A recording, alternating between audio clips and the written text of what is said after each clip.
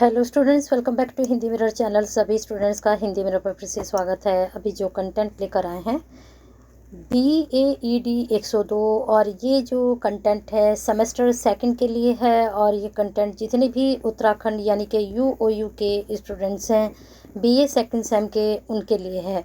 काफ़ी स्टूडेंट्स की क्वेरी आ रही थी कि मैडम BAED का जो है सिलेबस तो आपने बता दिया है, प्लीज़ हमारी तैयारी भी करा दीजिए बाई बुक। तो ये बाई बुक हम आपकी प्रिपरेशन फॉर एग्ज़ाम, आपके जो एग्ज़ाम 19 से होने वाले हैं उसके लिए लेकर आए हैं। इसके बाद हमने मोस्टली सभी सिलेबस हमने अपलोड कर दिए थे। अब हम step by step by book आपकी तैयारी कराएंगे। इससे पहले हम इंग्लिश की अपलोड कर चुके हैं, अब हम आपके लिए जो है एजुकेशन का लेकर आए हैं, और इसके बाद स्टेप बाय स्टेप सारे सब्जेक्ट की कोशिश करेंगे कि आप तक वीडियो पहुंचाएं। तो बने रहिए आप भी हिंदी मिरर के साथ ऐसे ही बेनिफिशियल वीडियो के लिए। और यहाँ पर अभी तक सब्सक्राइब नहीं किया है तो सब्सक्राइब कर लीजिए, बेल आइकन हिट कर दीजिए, जिससे नई वीडियो के नोटिफिकेशन आपको मिलते रहें। अब यहाँ पर आपको देख लेते हैं कितनी यूनिट है। मुझे लगता है हर सब्जेक्ट में 1 से लेकर 15 तक यूनिट बन रही हैं, क्योंकि मैं सारी यूनिट नहीं देखती हूँ। जब मैं पढ़ाती हूँ तभी मैं वीडियोस बनाते हुए सारी यूनिट देखती हूँ। अब यहाँ पर जो आपके यूनिट 1 जा रही है, इसका नाम है दर्शन भारतीय पश्चिम परिप्रेक्ष्य में अर्थ। अब जैसे कि मैं हर बार आपको बताती हूँ कि जो आपकी फर्स्ट यूनिट होती हैं, फर्स्ट से लेकर थर्ड यूनिट, स्टार्टिंग की थर्ड यूनिट और लास्ट की थर्ड यूनिट इम्पोर्टेंट होती हैं। और जो बीच में आपकी यूनिट होती है वहाँ पर अगर इम्पोर्टेंट है तो उसके बारे में मैं आपको अलग से इंस्ट्रक्शन दे ही देती हूँ। तो यहाँ पर जो फर्स्ट यूनिट है आपकी, यहाँ पर दर्शन भारतीय पश्चिम परिप्रेक्ष्य में अर्थ, टॉपिक कौन कौन से बन रहे हैं इसके बारे में चेक कर लेते हैं। पहला टॉपिक इसमें बन रहा है पार्ट 1। तो यहाँ पर जो है आपका इकाई 1 में क्या है, पार्ट 1 में भारतीय दर्शन है, फिर उसके बाद पश्चिम परिवेश में दर्शन का अर्थ है। तो पहले भारतीय दर्शन और पश्चिम परिप्रेक्ष्य में दर्शन का अर्थ। अब जो कि आपका जो दर्शन है भारतीय और पश्चिम दोनों है, तो दोनों के बारे में ही आपको पढ़ना होगा ना। तो दोनों का अच्छे से पढ़ लीजिएगा, और दोनों के दर्शन के अंग भी आप पढ़ लीजिएगा, ठीक है। बस इस यहाँ पर आपके यही 2 टॉपिक इम्पोर्टेंट है, 2 से वो 4 बनकर निकल रहे हैं। तो उन चारों को अर्थ और प्रकार देख लीजिएगा, यहाँ से आपका 100% क्वेश्चन निकलेगा। चलते हैं सेकंड यूनिट पर। आपकी सेकंड यूनिट में पूछा गया है, यानी कि बताया गया है आपको, यहाँ से पूछा जा सकता है शिक्षा और दर्शन में संबंध, शिक्षा दर्शन का अर्थ, सरोकार एवं क्षेत्र। वेरी इंपॉर्टेंट, 100% यहाँ से भी आपका लॉन्ग क्वेश्चंस निकल कर आएगा, तो इसको अच्छे से करके जाना।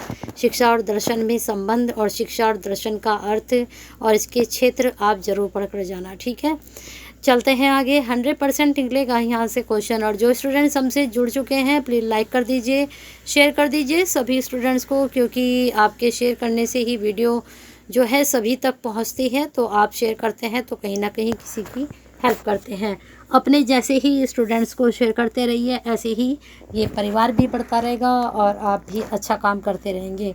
एक शेयर करके आप कहीं ना कहीं एक स्टूडेंट्स की हेल्प करते हैं, दिन में एक अच्छा काम भी करते हैं। यहाँ पर आप देख सकते हैं यूनिट 3 में क्या बताया गया है। शिक्षक के लिए शिक्षा दर्शन की उपादेयता, यानी कि क्या महत्व है, क्या उसके लिए उपयोगी है शिक्षा दर्शन एक शिक्षक के लिए। आधुनिक शिक्षा प्रणाली में इसका क्या महत्व है। यहाँ पर मैं 99% कह सकती हूँ कि ये 2 टॉपिक आपके बन रहे हैं। तो आधुनिक शिक्षा में दर्शन का क्या महत्व है, ये यहाँ के आपका प्रश्न बन सकता है, और ये भी बन सकता है। दोनों में से कोई एक आएगा ही ज़रूर, तो इन दोनों की भी ज़रूर तैयार कीजिए। जैसा कि मैंने आपको बताया था, फर्स्ट जो थर्ड यूनिट होती हैं उनमें से मैं ज़रूर बताती हूँ कि इनको आप ज़रूर पढ़ के जाइए, और सेकंड यूनिट में तो नो डाउट ज़रूर आएगा वहाँ से। फोर्थ यूनिट में वेदांत है, वेदांत के बारे में यहाँ पर पढ़ना है। फोर्थ यूनिट भी आपकी 99% आपके एग्ज़ाम में बनेगी। तो यहाँ पर वेदांत में देख लेते हैं क्या पढ़ना ज़रूरी है। वेदांत का शाब्दिक अर्थ, ठीक है। और वेदांत ये जितने भी दर्शन हैं वेदांत के, तत्व मीमांसा, ज्ञान मीमांसा, मूल्य मीमांसा, ये तीनों भी आप पढ़ कर जाइए। वेदांत की परिभाषाएं, बस इतना ही आप अगर आप पढ़ कर जाते हैं तो ये भी कहीं ना कहीं आपके लिए बेनिफिशियल रहेगा। तो 4 यूनिट हो चुकी हैं। फटाफट 4-5 लाइक फटाफट कर दीजिए जितने भी स्टूडेंट्स हैं जुड़े हुए हैं, और शेयर करते रहिए। बीच बीच में मैं बोलती रहूँगी इसको। यहाँ पर आ चुके हैं 5th यूनिट पर उपनिषद। उपनिषद का अर्थ, उपनिषद की उत्पत्ति, उपनिषद का महत्व और उपनिषद के उद्देश्य। 4 टॉपिक यहाँ पर आप पढ़ लीजिए। 4 टॉपिक ही आपके लिए इम्पोर्टेंट हैं और इसको गो थ्रू ज़रूर कर लीजिएगा। उपनिषद और शिक्षक, उपनिषद और शिक्षार्थी, उपनिषद और अनुशासन, उपनिषद और शैक्षिक दर्शन। यहाँ से शॉर्ट क्वेश्चन आपसे पूछा जा सकता है। ठीक है, चलते हैं आगे। उपनिषद और जो आपका विद्यार्थी है, शिक्षार्थी है, वो इम्पोर्टेंट आपके लिए हो सकता है। तो चलते हैं नेक्स्ट यूनिट पर। नेक्स्ट यूनिट है आपकी 6 सांख्य दर्शन। अब सांख्य दर्शन में क्या पढ़ना है? सांख्य दर्शन का अर्थ है विशेषताएं। ठीक है, अब यहाँ पर ये इम्पोर्टेंट, ये शॉर्ट क्वेश्चन में बन सकता है आपका। यहाँ से आप इतना ही पढ़ सकते हैं। और सांख्य दर्शन के मूल सिद्धांत क्या हैं, ये भी आपके लिए इम्पोर्टेंट हो सकता है। लेकिन विशेषताएं शॉर्टकट में 99% पूछा जा सकता है। चलते हैं 7 यूनिट पर। 7 यूनिट है आपकी योग से संबंधित। अब यहाँ पर क्या आपका पूछा जा सकता है योग में? आप देखते हैं योग में जो है, योग का अर्थ है, परिभाषाएं वेरी इंपॉर्टेंट, योग दर्शन की विशेषताएं वेरी इंपॉर्टेंट। ये आप जो है गो थ्रू कर लीजिए। योग दर्शन की तत्वमीमांसा, ज्ञान मीमांसा, योग दर्शन की मूल्य मीमांसा। ठीक है, तो एक प्रश्न ही एक इम्पोर्टेंट आपका ये भी जा सकता है, क्योंकि आजकल इस तरह के क्वेश्चन ज़्यादा पूछे जाते हैं। योग दर्शन पर आधारित शिक्षा किस प्रकार की है? योग दर्शन की शिक्षा का अर्थ है, प्रक्रिया तो मत पढ़ें लेकिन अर्थ जरूर पढ़ लीजिएगा। और योग दर्शन के उद्देश्य क्या हैं? तो 4 टॉपिक यहाँ पर मैंने बता दिए हैं। तो इन 4 टॉपिक को आप एक बार जरूर करके जाइएगा और शिक्षण विधियाँ भी गो थ्रू कर लीजिएगा। मेथड्स ऑफ योगा दर्शन। ठीक है, 7 यूनिट हो चुकी हैं। तो जल्दी जल्दी आप सब्सक्राइब तो कर ही लिया होगा। खैर, सब ने जब वीडियो का बेनिफिट्स ले रहे हैं, लेकिन लाइक और शेयर भी करते रहिए साथ साथ। ठीक है, 7 यूनिट से अब आ चुके हैं अब हम 8 यूनिट पर। 8 यूनिट में बताया गया है आपको श्रीमद् भगवत गीता। अब यहाँ पर देख लेते हैं 8 यूनिट में श्रीमद् भगवत गीता में क्या क्या आपसे पूछा जा सकता है। श्रीमद् भगवत का अर्थ वेरी इंपॉर्टेंट। गीता का क्या महत्व, वेरी इंपॉर्टेंट। गीता के अनुसार शिक्षा का क्या अर्थ है, वेरी इंपॉर्टेंट। अब आते हैं इन टॉपिक्स पर। तो इन टॉपिक्स में वैसे तो मुझे लगता है सारे एक बार गो थ्रू जरूर करें, लेकिन अगर सारे नहीं कर पाते हैं तो यहाँ पर गीता के अनुसार शिक्षण विधियाँ आप पढ़ लीजिएगा। ठीक है, चलते हैं आगे। शिक्षण विधियाँ भी पूछी जा सकती हैं, दर्शन में अक्सर पूछी जाती हैं। वैसे तो दर्शन के जो उद्देश्य हैं, सिद्धांत हैं, प्रकार हैं, इस तरह की चीज़ें ज़्यादा पूछी जाती हैं। चलते हैं 8 यूनिट हो चुकी है कंप्लीट आपकी। अब आ गए हैं 9 यूनिट पर। 9 यूनिट में है आपका बौद्ध दर्शन, बुद्धिज़्म। बुद्धिज़्म में क्या क्या प्रश्न बन सकते हैं? अब काफ़ी स्टूडेंट्स कहते हैं कि मैडम आप सारे ही यूनिट में से बताते हो, तो मुझे लगता है सारी यूनिट पढ़कर ज़रूर जानी चाहिए। चाहे सारा मत पढ़ो सारी यूनिट में से, लेकिन हर यूनिट में से पढ़कर ज़रूर जाओ। ठीक है, क्योंकि वैसे ऐसा होता नहीं है कि सभी यूनिट में से प्रश्न बनते हैं। तो कई बार ऐसा होता है 15 यूनिट है, आपने 7-8 यूनिट की और 7 यूनिट में से नहीं आया आपकी और बाकी 7 में से आ गया, तो फिर क्या होगा? फिर आप कुछ भी नहीं पता है। तो इसलिए मैंने हर यूनिट में से आपको 2 से 3 टॉपिक ज़रूर बता देती हूँ, जिससे अगर कहीं से भी आए तो आपका पेपर डेफिनेटली अच्छा जाए। अब बात करते हैं बौद्ध दर्शन की। तो बौद्ध दर्शन को अब जैसे मैं बात कर रही थी जिसकी, तो यहाँ पर आप इसको गो थ्रू कर लीजिएगा। ठीक है, पढ़कर चले जाइएगा। पढ़ के इतना तो नॉलेज सभी को है, बौद्ध दर्शन, वैदिक दर्शन, इन सब के बारे में मोस्टली स्टूडेंट्स को पता ही है। जैन दर्शन। चलिए, प्रकृतिवाद आ चुका है, काफ़ी इम्पोर्टेंट आपकी ये यूनिट है। तो यहाँ पर प्रकृतिवाद दर्शन का, प्रकृतिवाद दर्शन की परिभाषाएं जरूर करके जाइएगा। और प्रकृतिवाद शिक्षा के क्या उद्देश्य हैं? सिद्धांत में ये सब कुछ है, उद्देश्य भी है, पाठ्यक्रम भी है, शिक्षण विधियाँ भी है। लेकिन यहाँ से शॉर्ट क्वेश्चन निकल सकता है ऐसे, प्रकृतिवाद व शिक्षा के उद्देश्य बताइए। ठीक है, प्रकृतिवाद की शिक्षण विधियाँ भी इम्पोर्टेंट हैं और विशेषताएं बहुत इम्पोर्टेंट है, ये 100% करके चले जाइएगा। ठीक है, चलते हैं आगे। 9 यूनिट कंप्लीट हो चुकी है। लाइक शेयर नहीं रुकना चाहिए जैसे जैसे आप पढ़ते जा रहे हैं। 10 यूनिट हो चुकी हैं आपकी। प्रकृतिवाद जो है 10 यूनिट थी, तो लाइक शेयर करते रहिए, नहीं रुकना चाहिए बिल्कुल भी। चलिए देख लेते हैं आगे यूनिट है या नहीं है आपकी। 10 यूनिट कंप्लीट। प्रकृतिवाद अब आ चुका है आदर्शवाद। 100% यहाँ से भी क्वेश्चन निकलेगा। जिस यूनिट में मैंने कहा कि 100% जरूर करके जाइएगा, वहाँ 100% जरूर ही करके जाइएगा। आदर्शवाद और शिक्षा, आदर्शवाद का अर्थ, आदर्शवाद की परिभाषाएं। ठीक है, और मुझे लगता है आदर्शवाद में से क्वेश्चन जो निकलेगा शॉर्ट निकलेगा।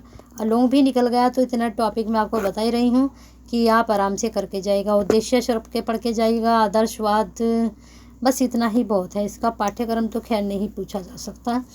उद्देश्य, ठीक है, चलते हैं आगे। 10 11 हो चुकी हैं यूनिट। अब देख लेते हैं आगे और कितनी यूनिट हैं आपकी। 11 तो कंप्लीट हो गई हैं, तो लास्ट में आ चुके हैं 11 यूनिट के हम। अब देखते हैं 12 यूनिट में आपके लिए क्या है। 12 यूनिट में बताया गया है प्रयोजनवाद। प्रयोजन मूलक हिंदी बोल रहे हैं। प्रयोजनवाद यानी कि आपका प्रैग्मेटिज्म। तो यहाँ पर क्या है इसमें, प्रयोजनवाद और शिक्षा, इसमें जो है आप प्रयोजन के तत्व मीमांसा, ज्ञान मीमांसा और आचार मीमांसा जरूर पढ़कर जाइएगा। प्रयोजनवाद का अर्थ, परिभाषाएं और विशेषताएं। विशेषताएं तो किसी भी वाद की मत छोड़िएगा। विशेषताएं हर बात की इम्पोर्टेंट हैं। आदर्शवाद, प्रकृतिवाद, प्रयोजनवाद, जितने भी ये वाद आपके सिलेबस में हैं, सभी वाद की विशेषताएं जरूर पढ़कर जाइएगा। अब देखिए बीच में से क्वेश्चन निकल कर आया है। शिक्षा के दार्शनिक आधार इधर दिए गए हैं, आदर्शवाद के इधर दिए गए हैं प्रयोजनवाद के। अब आदर्शवाद का अंतिम सत्ता मानते हैं, लेकिन प्रयोजनवाद अनेक सत्ता तत्वों को आधार विषय की व्याख्या करते हैं। तो इस प्रकार से, इस तरह से यहाँ पर ये इसका जो है अंतर भी दिखा दिया गया है आपको। तो आदर्शवाद, प्रयोजनवाद की दार्शनिक जो आधार हैं उनमें अंतर बताइए। तो इस तरह से आपका प्रश्न बन सकता है। और 11 से 12 यहाँ पर अंतर दिए गए हैं। इनको आप हेडिंग बनाकर भी एक्सप्लेन कर सकते हो, और शॉर्ट में आता है तो इस प्रकार से एक्सप्लेन कर सकते हो। ऐसे ही यहाँ पर प्रकृतिवाद और प्रयोजनवाद में अंतर 100%, ये जो दो अंतर आपके सिलेबस बुक के बीच में दिए गए हैं, तो इनको आप जरूर करके जाइएगा। यहाँ से प्रश्न बनेगा ही बनेगा, अंतर जरूर पूछे जाएंगे। और एक तरीका और बता देती हूँ आपको, प्रश्न का अगर लॉन्ग में आता है अंतर का, तो इनके आप हेडिंग बनाकर इनके अंदर लिखिएगा। ठीक है, चलते हैं आगे। कभी इसी पैटर्न से, जो पैटर्न बुक में दे रखा है, इसी पैटर्न से आप अटेम्प्ट करें आए। बुक के पैटर्न को थोड़ा सा आप चेंज करके लिखेंगे तो आपके नंबर बहुत अच्छे बनेंगे। ठीक है, 13 यूनिट हो चुकी हैं। अब देख लेते हैं आपका 14 यूनिट है या नहीं। 13 यूनिट हो चुकी हैं।